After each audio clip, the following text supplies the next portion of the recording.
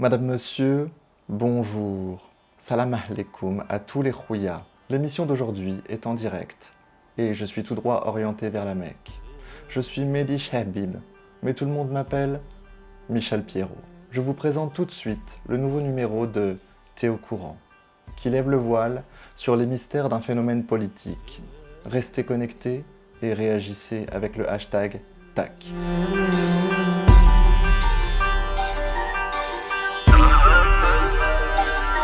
T'es au courant que l'islamo-gauchisme n'est pas une réalité scientifique?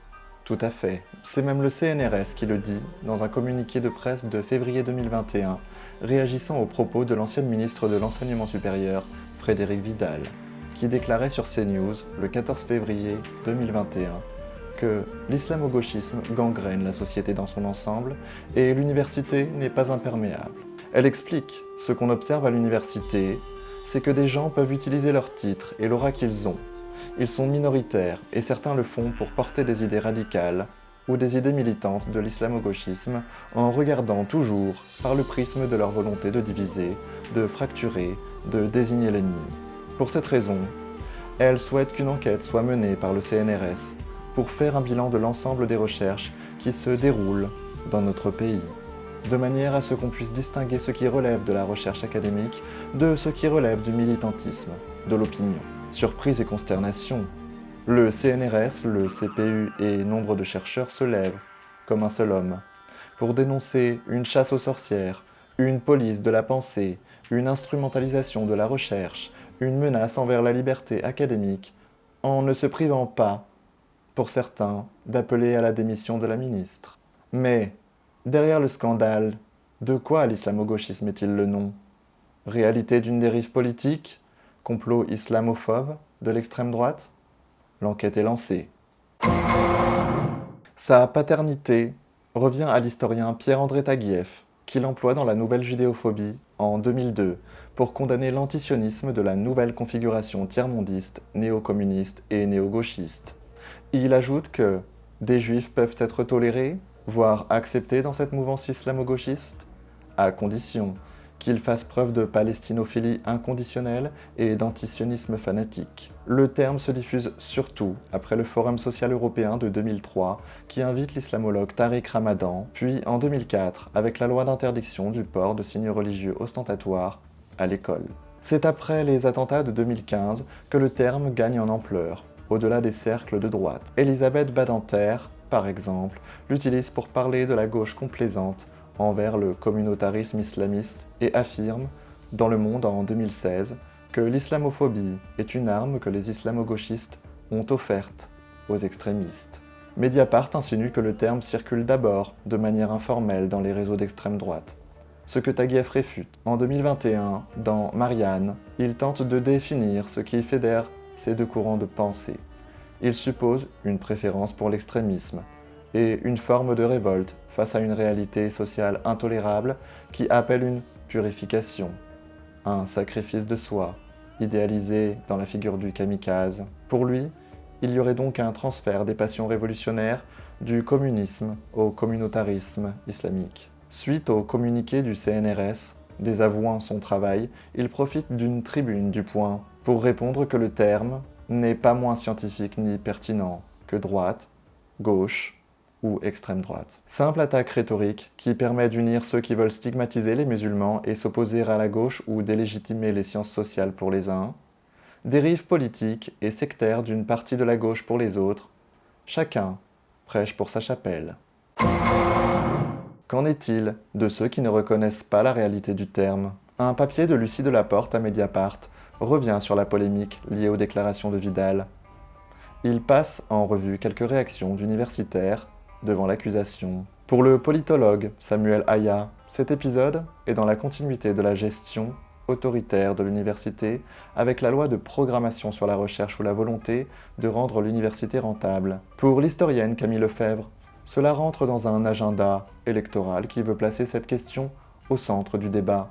Le spécialiste de l'islamophobie Abdelali Hajat est convaincu que c'est un exemple de panique morale entretenue par des universalistes chauvins qui voient dans les décoloniaux des adversaires. Selon la sociologue Audrey Célestine, nous sommes dans une forme de macartisme. Dans un papier du Nouvel Obs, le philosophe Paul Ratto est convaincu que l'expression juxtapose en son sein tout un tas de thèmes politiques, théorie du genre, travaux sur la race, études décoloniales ou intersectionnelles sur les animaux, le handicap, le poids, qu'elle a à cœur de disqualifier à égalité. Pour lui, les enseignements décoloniaux à l'université n'ont rien à voir avec les drames perpétrés par les islamistes, et la scientificité du travail des chercheurs est garantie par le contrôle des pairs, qui savent différencier un travail argumenté d'un travail militant. Aussi, les chercheurs qui souhaiteraient adopter une approche différente des décoloniaux sont libres de le faire. Pour Sonia Faure et Franz Durupt, dans Libération, le terme fait office d'insulte utilisé par des intellectuels, ardents défenseurs de la laïcité, pour revendiquer le droit de critiquer l'islam, et qui entend mettre à nu ceux qui ont une forme de complaisance pour l'islamisme. Pour ceux qui sont visés, ce n'est qu'un terme médiatique stigmatisant, visant à disqualifier une lutte juste, faire entendre la voix des musulmans discriminés. De fait, le terme est plutôt un barbarisme tentant de décrire un phénomène complexe et discutable. Pascal Boniface considère ce concept comme creux et clinquant, qui n'est qu'un non-sens, ne reposant que sur des fantasmes et une volonté disqualifiante. Toujours dans Libération, Simon Blin insiste sur l'idée que ce néologisme n'a pas de base scientifique et qu'il n'a vocation qu'à disqualifier des personnalités au nom d'une laïcité stricte. Il sert aussi d'antithèse au terme islamophobie. D'ailleurs, Jean-Yves Pranchère, professeur de théorie politique, note que le terme ne distingue pas islamisme d'islam. Donc, il ne désigne pas clairement ce qu'il dénonce. C'est un terme fourre-tout. Il pense d'ailleurs que ce terme est instrumentalisé pour inviter à la haine des musulmans, en liant le terrorisme à une essence de l'islam. Ce faisant, il disqualifie la critique nécessaire d'une gauche qui minimise les dangers de l'islamisme radical et de son antisémitisme latent. La journaliste Isabelle Kersimon va plus loin en expliquant la popularisation du terme par la diffusion d'une idéologie d'extrême droite qui aurait à cœur de discréditer un discours d'égalité et de justice entre individus. Dans une enquête pour l'Institut de recherche et d'études sur les radicalités, elle note d'abord une similitude de construction avec le terme judéo-bolchevique, qui visait à qualifier les traîtres à la nation dans les années 20. Ceux qui aujourd'hui emploient l'expression se posent en résistant face à une forme d'invasion islamique qu'une certaine gauche soutiendrait et encouragerait en minimisant ses méfaits. Utilisée majoritairement pour insulter des politiques de gauche, l'expression est parfois utilisée pour la droite. Citons l'exemple des liens entre Abdelhakim Sefrioui, le fondateur du collectif Cheikh Yassine pro-Hamas, et Nicolas Sarkozy. Ou encore l'affaire de l'entreprise Lafarge, suspectée de financer le terrorisme en Syrie entre 2011 et 2015. Mais ces liens sont rarement soulignés. De son côté, Corinne Torrekans, professeure en sciences politiques, observe que l'argumentaire s'extrapole en faisant de tout ce qui est lié à l'islam une déclinaison de l'islam politique. La notion islamo-gauchisme permet d'englober tout courant de pensée plus ou moins proche de l'islam, pour le stigmatiser, comme le ferait le sociologue Bernard Rougier. Donc, l'emploi du terme relève d'une stratégie de disqualification qui intègre une logique complotiste à l'égard des musulmans. Peu nombreux, mais puissants, agissant en réseau, dissimulant un agenda caché, disposant de relais médiatiques et politiques, dans le but inavoué de menacer les États-nations européens. Pour Hervé Kampf, dans Reporter, l'islamo-gauchisme est une accusation qui sert aux dirigeants à masquer leur incompétence à lutter contre les islamistes qui se doublent d'une connivence avec les régimes du Qatar et de l'Arabie saoudite qui soutiennent l'islamisme. De ce point de vue, du fait de leurs liens commerciaux avec les monarchies pétrolières, ils ont une part de responsabilité dans le terrorisme. Ainsi, l'expression ne vise qu'à désigner des boucs émissaires pour mieux camoufler le lien qui rattache l'islamisme au capitalisme pétrolier. Du côté de Luc Sedel dans Le Monde, la notion semble oxymorique, car d'un côté, le gauchisme hérité de Marx voit en la religion l'opium du peuple et tente de l'en émanciper, alors que de l'autre, le fondamentalisme islamique veut imposer sa loi divine. Stupéfaction, le terme n'aurait donc aucune réalité scientifique et servirait soit de prétexte à discriminer les musulmans, soit à disqualifier le discours de gauche. Mais qu'en disent ceux qui y voient une réalité politique inquiétante ? Dans un article scientifique, le politologue Gilles Delannoy revient sur les différents attentats survenus entre 2015 et 2016. Il évoque les réactions qui ont fait suite à ces drames. Réponse étatique avec les frappes contre les djihadistes en Syrie et en Irak. Recueillement, place de la République. Défilé du 11 janvier, comptant plus de 1 million de personnes. Hommage aux défunts et aux forces de police. Tout cela sans aucun sentiment de revanche. Pour autant, sans parler d'islamo-gauchisme, Delannoy note que des personnes n'ont pas respecté la minute de silence, que d'autres ont condamné sur le même plan les attentats et les caricatures de Charlie Hebdo. D'autres encore assurent que les premières victimes sont les musulmans, alors qu'ils n'ont jamais été menacés. Autre fait, les meurtres antisémites de Mohamed Merah en 2012 à caractère raciste ont suscité beaucoup moins de réactions que la profanation du cimetière juif de Carpentras par des néo-nazis en 1990. Delannoy pointe que ce n'est pas le crime qui prime, mais la nature des coupables et des victimes. Ce progressisme s'échine à faire une distinction entre les bourreaux acceptables et les monstres absolus, de sorte que, selon que vous serez dominant ou dominé, les jugements idéologiques vous feront plus ou moins coupable. Si vous êtes dominant, non musulman, tout vous accuse. Si vous êtes dominé, musulman, tout vous excuse. Plus que ça, les victimes dominantes deviennent des demi-coupables, responsables de leur malheur. Et, quand les dominés agissent mal, c'est qu'ils avaient des raisons qui dépassent leurs responsabilités. Ce progressisme reproduit une forme de paternalisme en faisant des uns des inférieurs et des autres des coupables présumés. L'historien Jacques Julliard ne dit pas autre chose dans Marianne en expliquant que ce parti collabo transforme toujours les crimes des islamistes en conséquences du racisme, de l'islamophobie ou du passé colonial. Donc la France qui est victime devient coupable des barbaries perpétrées contre elle. Elle doit donc se flageller, demander pardon à ceux qui la piétinent et la salissent. Dans La Revue des Deux Mondes, il qualifie l'islamo-gauchisme de courant de pensée qui considère que le réveil de l'islam et la montée de l'islamisme sont des éléments de critique très intéressants du néo-capitalisme et, d'une certaine manière, se substituent à la lutte des classes et au prolétariat classique, qui a déçu ceux qui comptaient pour lui. Selon ses dires, l'Oumma, la communauté des musulmans, est devenu le nouveau prolétariat, dont les intérêts doivent être défendus au nom d'un anticolonialisme rétrospectif. D'une part, cet islamo-gauchisme s'appuie sur une sorte de haine du christianisme et du catholicisme, en particulier identifié au colonialisme, à l'Occident, à l'identitarisme. D'autre part, il cultive la haine de l'identité française, réduite à son passé colonial, faisant d'elle l'éternelle coupable.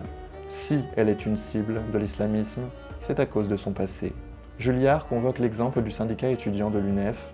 Selon lui, il s'agit désormais d'un mouvement politique respectable, mais extrêmement éloigné de ce qu'est le syndicalisme, à savoir la défense de la condition matérielle et morale de ses adhérents. Son enfoncement dans des postures politiques, dirigeantes voilées, réunions non mixtes, a fait baisser son nombre d'adhérents. De 100 000, il est passé à 10 000, alors que le nombre d'étudiants a explosé.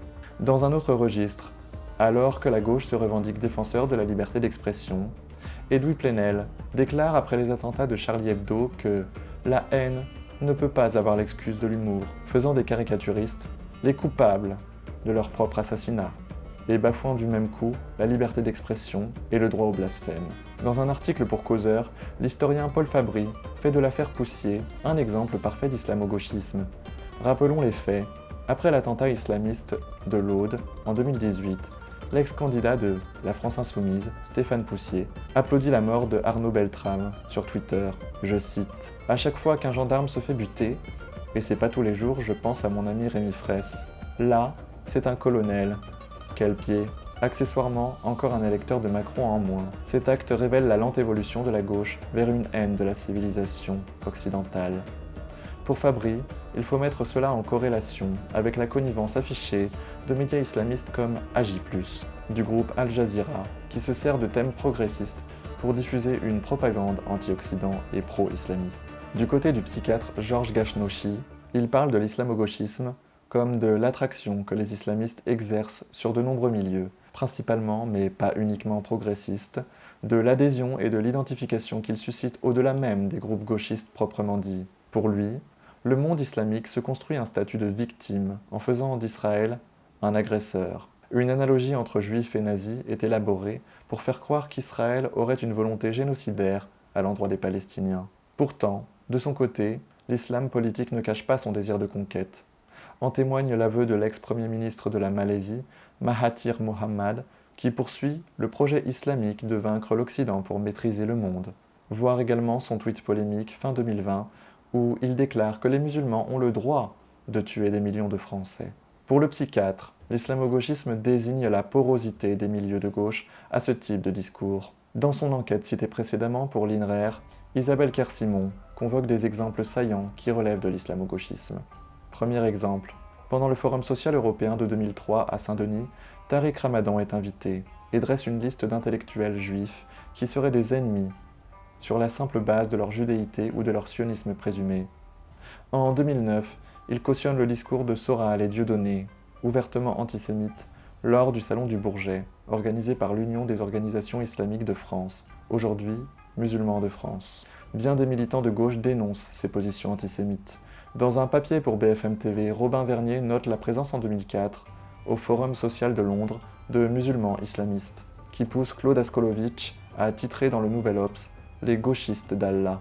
Deuxième exemple, lors de la manifestation contre l'islamophobie organisée en 2019 par la Ligue des droits de l'homme et du CCIF, suite à l'attaque de la mosquée de Bayonne par un ex-membre du FN, certains événements ont fait polémique, notamment la présence d'une petite fille abordant une étoile jaune à 5 branches, rappelant le sort des Juifs durant la Seconde Guerre mondiale, mais aussi la déclamation par la foule d'Allahu Akbar, initiée par des militants comme Marwan Mohammad, Taha Bouaf ou des proches des frères musulmans comme Nader Abou Anas, Marwan Mohamed ou Majid Messaouden. Dans Valeurs actuelles, le sociologue Jean-Pierre Le Goff est convaincu que la gauche se décompose à partir de 1968, qui marque l'apparition d'un nouvel acteur social, composé des étudiants et des lycéens. Cela donne naissance à ce qu'il appelle le gauchisme culturel, qui se traduit par une revendication d'autonomie radicale et de rejet des hiérarchies et des institutions. Il ne s'intéresse pas aux couches populaires, il entend changer les mentalités, opérer une révolution culturelle dans le domaine des mœurs, de la culture, de l'éducation des enfants, et fait surgir un individualisme radical de type nouveau. Mu par un pacifisme naïf, il prône le multiculturalisme, joue la société contre l'État, revendique une extension indéfinie des droits des individus et des minorités. Dans son ouvrage La gauche à l'agonie, réédité en 2017, il parle de cette gauche comme ayant sous-estimé le développement de l'islamisme, à cause d'une mauvaise conscience postcoloniale, de la peur de l'islamophobie, de la peur de faire le jeu de l'extrême droite. Il note que la critique de l'islamisme donne lieu à une accusation d'islamophobie, laquelle masquerait une peur du communautarisme. Olivier Rollin rappelle que l'islamophobie n'est pas la haine des musulmans, mais la crainte de l'islam, qu'il est permis de ressentir et d'exprimer. Dans les faits, on observe depuis les années 80 une vague d'attentats islamistes en France et dans le monde, mais aussi une attaque contre la liberté d'expression, invitation à la censure, menace envers des productions critiques de l'islam.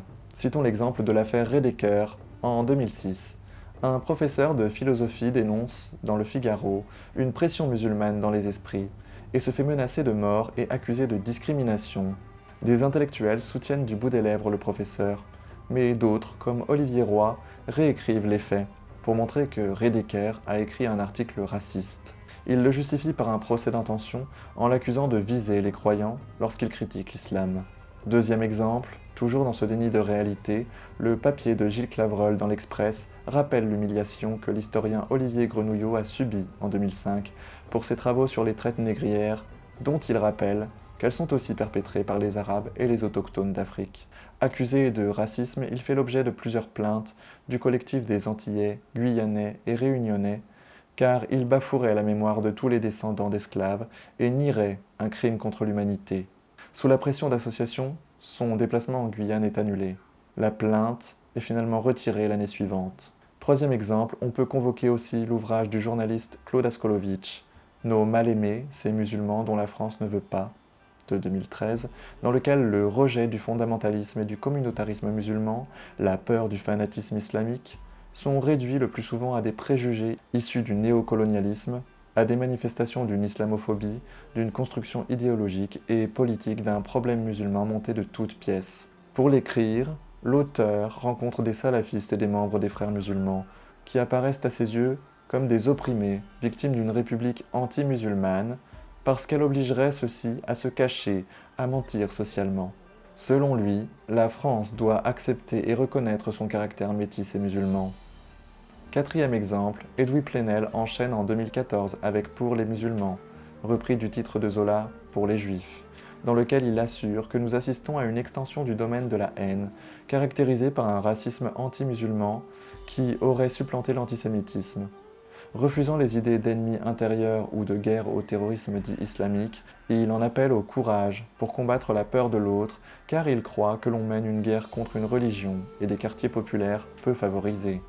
Cinquième exemple, après les attentats de janvier 2015, des intellectuels de gauche signent un manifeste « Unissons-nous contre l'islamophobie et les dérives sécuritaires », qui déclame sa solidarité envers les victimes des attentats, mais surtout à ceux qui seraient des boucs émissaires, les musulmans.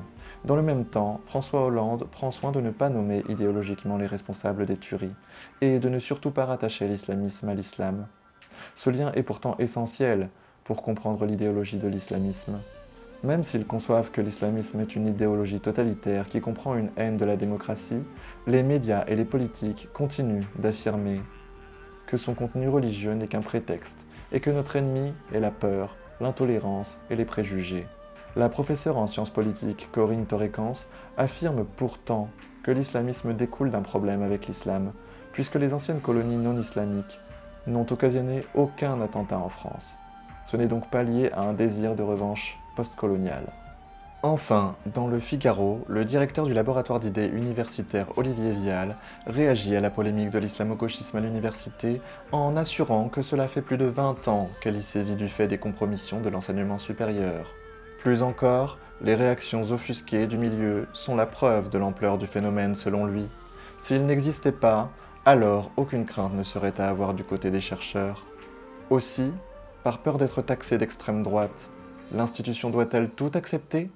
Que Paris 1 supprime en 2019 un cycle de formation sur la prévention de la radicalisation animé par Mohamed Sifawi à cause de pression de syndicats et universitaires ? Que, à Lille, les représentations de la pièce de Charb, ancien directeur de Charlie Hebdo assassiné lors de l'attentat de 2015, soient annulées sous prétexte qu'elles seraient islamophobes ? Que les étudiants de Sciences Po organisent depuis 2016 le Hijab Day pour inciter à le porter ? Que, à Lyon 2, le colloque Lutter contre l'islamophobie a été organisé par le collectif contre l'islamophobie en France ? Qu'un prof de sociologie soit viré de son labo pour avoir dénoncé la présence d'Ouria Boutelja, fondatrice des Indigènes de la République, dans une formation donnée par l'établissement. Dès les années 2000, l'université a pris sa part dans le développement de cet islamo-gauchisme, en ouvrant par exemple ses portes au théologien Tariq Ramadan, en permettant qu'après le beau score en 2002 de l'Association des étudiants musulmans de France, proche des frères musulmans aux élections du Crous, le conseil d'administration de Paris 6 ait subi des pressions pour boycotter des universitaires israéliens, en laissant en 2004 le service d'ordre d'associations étudiantes de gauche être sollicité pour la manifestation pro-voile organisée par le Parti musulman de France dirigé par Mohamed Latrèche, en promouvant le concept d'islamophobie, développé dès 2003 grâce à des chercheurs comme le sociologue Vincent Gessé, qui publie en 2004 La nouvelle islamophobie, en cédant aux réclamations identitaires des étudiants, comme en 2003 à Paris 13, où la vice-présidente a organisé une commission laïcité pour entendre les réclamations de 9 étudiantes qui refusaient de faire du sport parce qu'elles portaient le voile. Suite à cette commission, elles sont d'accord pour faire du sport sans foulard, à condition qu'il n'y ait pas d'hommes autour d'eux. Désarroi, l'islamo-gauchisme peut-il décrire une réalité politique ? Les exemples cités précédemment orientent notre enquête en ce sens. Mais, prudence, car le terme lui-même est objet de controverse. Yves Coleman, même s'il reconnaît la réalité néfaste que décrit le terme, remet en cause sa pertinence sémantique. Le mot gauchisme est historiquement utilisé par le PCF après 68 pour désigner les militants maoïstes et trotskistes. Aujourd'hui, le gauchisme n'a plus rien de révolutionnaire et se contente de banaliser les courants d'islam politique par anti-impérialisme réactionnaire. Loin de vouloir débouter la gauche réformiste, elle ne désire que remplacer une bourgeoisie par une autre. Donc son usage est aujourd'hui impropre. Pour ce qui est du terme islamo, il laisse à penser que la gauche n'a de complaisance que pour l'islam, alors qu'elle en a pour toutes les religions. car ces identitaires progressistes ont une obsession pour les particularismes, mais aucune volonté révolutionnaire. En cela, il faudrait plutôt parler d'une gauche théophile, pour renouer avec la question de l'athéisme. De plus, les militants qui soutiennent un islam politique n'ont aucune compréhension de son système sociopolitique et sont souvent athées. Donc le mot islamo est lui aussi impropre. Pour Pierre-André Taguieff, qui se livre à Marianne en 2021, le terme a subi une perte de sens à cause de son succès médiatique et est utilisé comme arme symbolique disqualifiante, au même titre que racisme, populisme, fascisme, qui sont aujourd'hui des termes dont le sens est vidé. Dès 2017, dans Libération, il comprend le risque d'extension illimitée du concept à mesure que son emploi devient polémique. Il qualifie aujourd'hui des médias publics, des rescapés d'attentats, des universitaires, des associations, des personnalités, des artistes. La moindre déclaration peut vous rapprocher de cette mouvance. Pour autant, selon lui, il pose une vraie question. Comment comprendre la collusion protéiforme entre des groupes de gauche dits marxistes ou décoloniaux et des mouvances islamistes diverses, salafisme, frères musulmans, djihadisme. Même si la dénomination reste maladroite et discutable, elle nourrit une réflexion en mouvement. Aussi, l'auteur s'interroge sur la manière de nommer cette tendance idéologique pour en faire un outil conceptuel qui aide à penser notre modernité. Dans un papier pour l'Express, Gilles Clavreul, cofondateur du mouvement du Printemps républicain et ancien délégué interministériel à la lutte contre le racisme et l'antisémitisme, tente de dépasser ce concept en lui préférant la mouvance décoloniale, qui n'est à ce jour pas contestée par ceux qui peuvent y être rattachés, contrairement à l'islamo-gauchisme. Selon lui, cette tendance survient grâce au socialisme par en bas, promu par la Ligue communiste révolutionnaire dont est issu Daniel Obono. Devenu le NPA, le mouvement milite pour une convergence des luttes, manifestations pro-palestiniennes, forum social mondial, opposition à la loi de 2004 sur l'interdiction des signes religieux ostentatoires dans les écoles. Il y a une grande effervescence théorique et la constitution d'un écosystème idéologique autour de Paris 8, la Bourse du Travail, de Saint-Denis, les éditions de La Fabrique ou le Café décolonial. Ainsi émerge en France une critique morale des artistes du passé qui sont coupables, selon les décoloniaux, de véhiculer la culture du viol ou l'oppression patriarcale, démontrant une lecture de l'histoire totalement anachronique. Le rôle des universitaires a été déterminant dans la popularisation de cette idéologie décoloniale. Citons par exemple l'apport des sociologues Didier et Éric Fassin, qui signent un livre sur la race, de François Héran ou Patrick Simon, qui livrent des études ethno-raciales, l'offensive contre Gilles Kepel, qui vise à nier la liaison entre djihadisme et islam, ainsi que la progression de l'islamisme en Europe, l'obtention par l'islamologue François Burgat de crédits de recherche, au détriment de Bernard Rougier, ou encore l'ouvrage dirigé par Olivier Lecourt-Grandmaison et Omar Slaouti en 2020, Racisme de France, dans lequel se côtoient chercheurs reconnus, militants universitaires et trolls des réseaux sociaux. S'il est en effet légitime de remettre en cause les travaux scientifiques, comme l'a fait le CNRS avec Pierre-André Taguieff, il est tout aussi légitime d'interroger la scientificité des études décoloniales. Alors, comment expliquer la levée des boucliers face à l'enquête réclamée par Vidal, qui plus est quand son objectif est d'inventorier la recherche dans un souci d'objectivation? Loin de menacer les libertés académiques, elle veut justement les garantir, en observant s'il y a des injonctions à parler de tel ou tel sujet, ou à utiliser tel terme, ou des pressions pour annuler des conférences, des enseignements. Cette évaluation doit évidemment être menée dans un souci d'impartialité, mais la contester unilatéralement dénonce une forme d'appréhension des militants de cette mouvance. Alors, complot ou réalité, l'islamo-gauchisme recèle encore bien des mystères qu'il ne tient qu'à vous de découvrir. Ce numéro de Thé au courant est maintenant terminé. Je vous retrouve la semaine prochaine pour une nouvelle enquête. Enfin, Inch'Allah.